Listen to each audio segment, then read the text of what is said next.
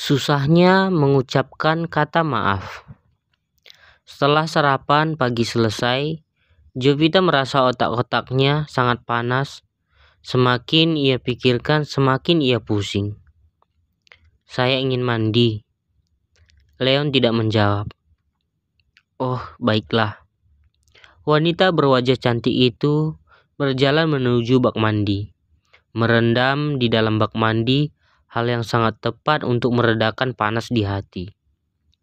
Melepaskan semua pakaiannya dan masuk ke dalam bathtub. Leon kembali masuk ke kamar berniat mengambil ponselnya yang ia letakkan di atas nakas.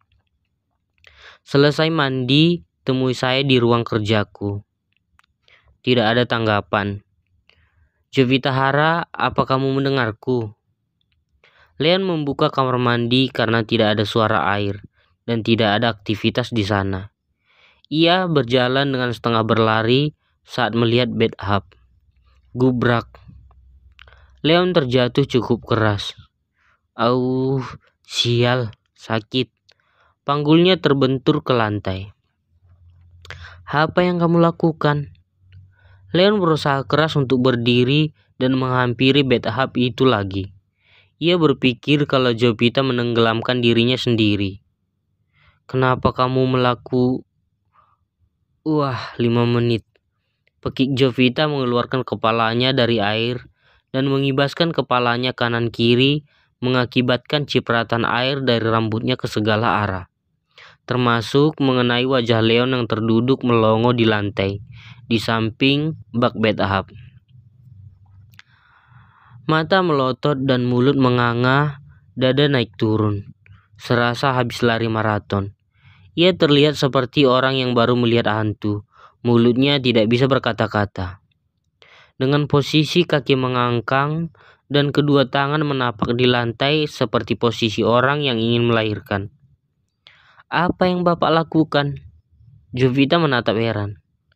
Leon hampir meledak, berpikir Jovita melakukan hal nekat lagi, berpikir ingin mengakhiri hidupnya dengan cara menenggelamkan kepala dalam bak. Karena ia memanggil lama, tetapi tidak menyahut, dan air membanjiri kamar mandi. Justru saya yang ingin bertanya, apa yang kamu lakukan Jovita Hara?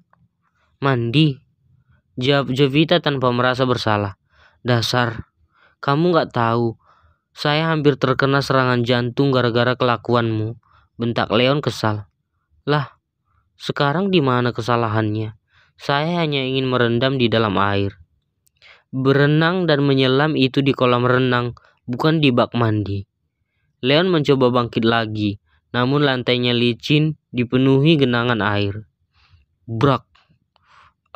Pinggangku. Merintih kesakitan memegang pinggangnya untuk kedua kalinya. Aku kan takut berenang, gumam Jovita pelan. Ia tersenyum kecil melihat lelaki itu kesusahan berjalan. Ia berpikir Leon langsung keluar dari kamar mandi. Ia kembali memasukkan kepalanya ke dalam air. Leon berbalik arah melihat ke arah bathtub, tapi kepala itu tidak ada lagi. Dasar bodoh. Leon mendekati bathtub dan mematikan keran air. Leon berdiri diam menunggu kepala Jovita muncul lagi ke permukaan. 5 menit menunggu belum muncul juga. Genangan air di lantai kamar mandinya sudah mengering. Apalagi sekarang yang dia lakukan? Matanya menatap ke dalam air. Lama banget. Apa dia mati? Hei Jovita. Tangannya menjambak rambut dari bak mandi. Itu ia lakukan karena ia takut Jovita bunuh diri. Apa yang Bapak lakukan?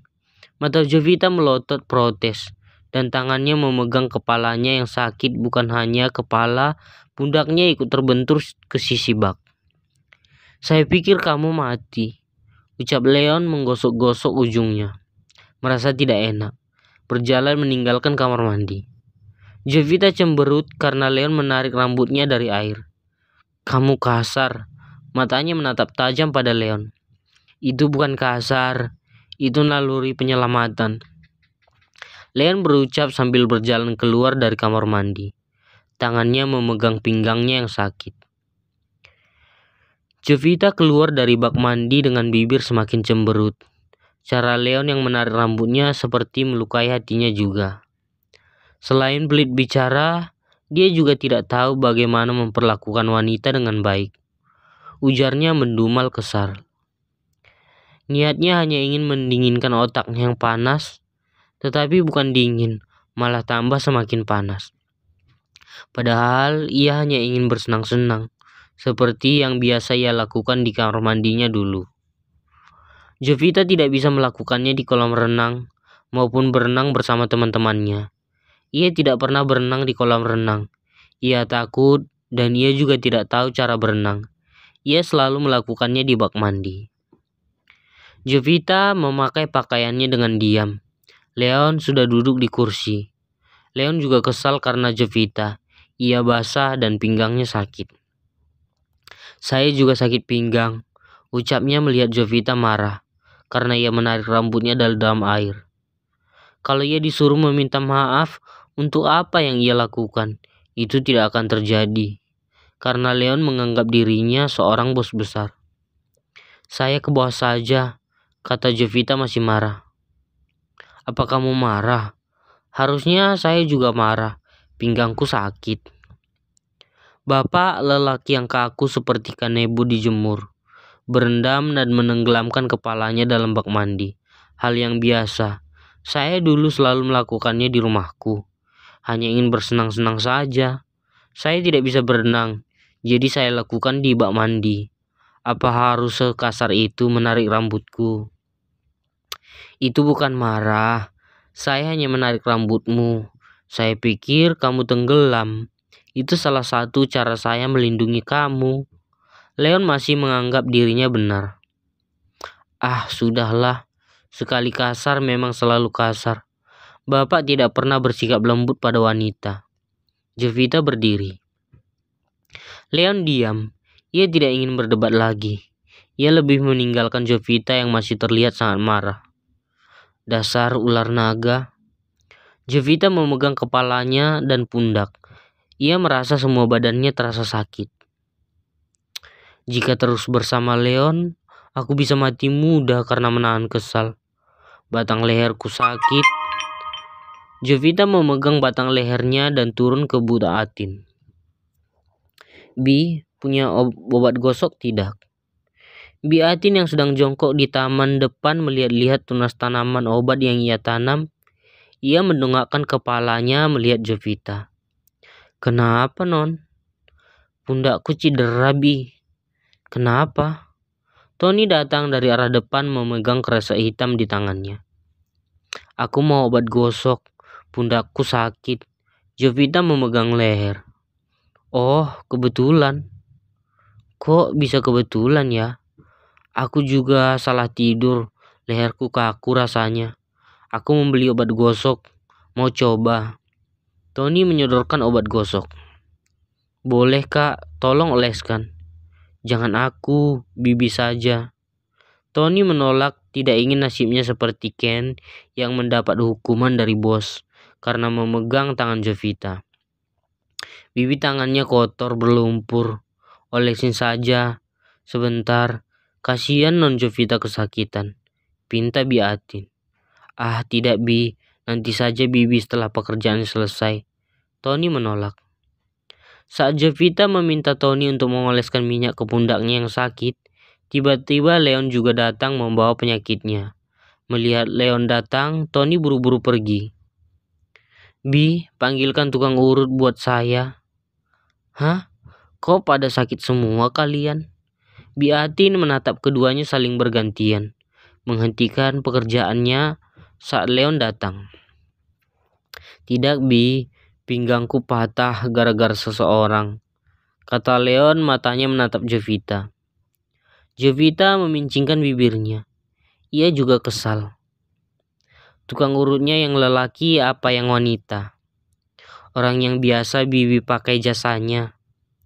Tapi Non, Jovita juga sakit pundaknya. Ia juga ingin diurut. Tidak usah, nanti saya yang urut sendiri. Baiklah, panggil terapis perempuan saja dan kamu ikut saya. Leon menarik tangan Jovita lagi ke kamarnya. Berdua habis ngapain sih? Ampe badan sakit-sakit seperti itu, ucap Biatin melap tangannya yang habis dicuci tadi. Tapi Tony hanya bisa melihat dari jauh saat Leon yang menyeret tangan Jovita ke kamar. Apa karena hal kecil itu kamu marah? Giliran Leon yang protes.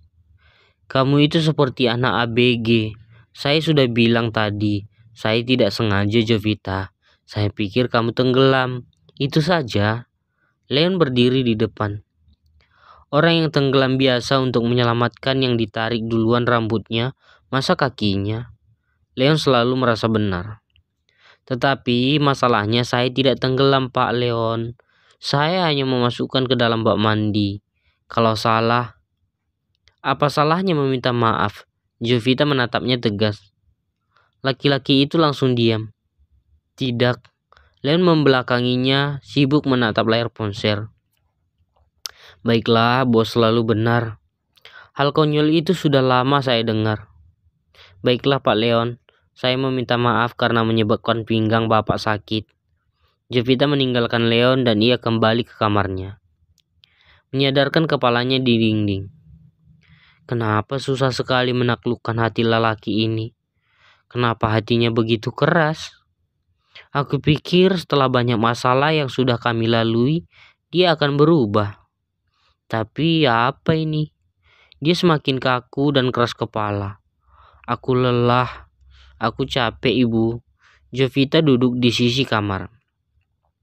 Jovita duduk selonjoran di lantai kamarnya.